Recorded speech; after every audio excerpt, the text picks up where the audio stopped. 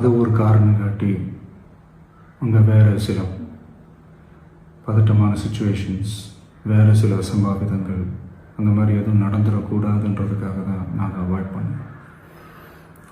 இந்த நேரத்தில் சொந்தங்களை இழந்து தவிக்கிற அத்தனை குடும்பங்களுக்கும் என்னுடைய ஆழ்ந்த இரங்கலை தெரிவிச்சுக்கிறேன். எனக்கு தெரியும், என்ன சொன்னாலும் இது ஈடையாகாதுன்னு எனக்கு தெரியும். ஹாஸ்பிட்டலில் ட்ரீட் பண்ணிகிட்ருக்கிற எல்லாருமே சீக்கிரமாக க்யூர் ஆகி வரணுன்றதை இந்த நேரத்தில் நான் வேண்டிக்கிறேன். கூடிய சீக்கிரமே உங்கள் எல்லாரையும் நான் சந்திக்கிறேன். இந்த நேரத்தில் எங்களுடைய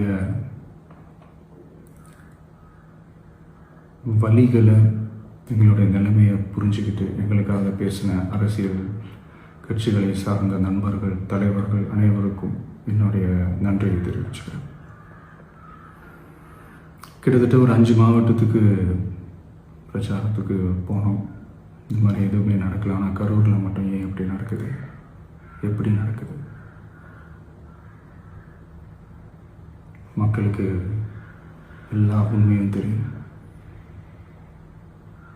மக்கள் எல்லாத்தையும் பார்த்துக்கிட்டு இருக்கிறாங்க.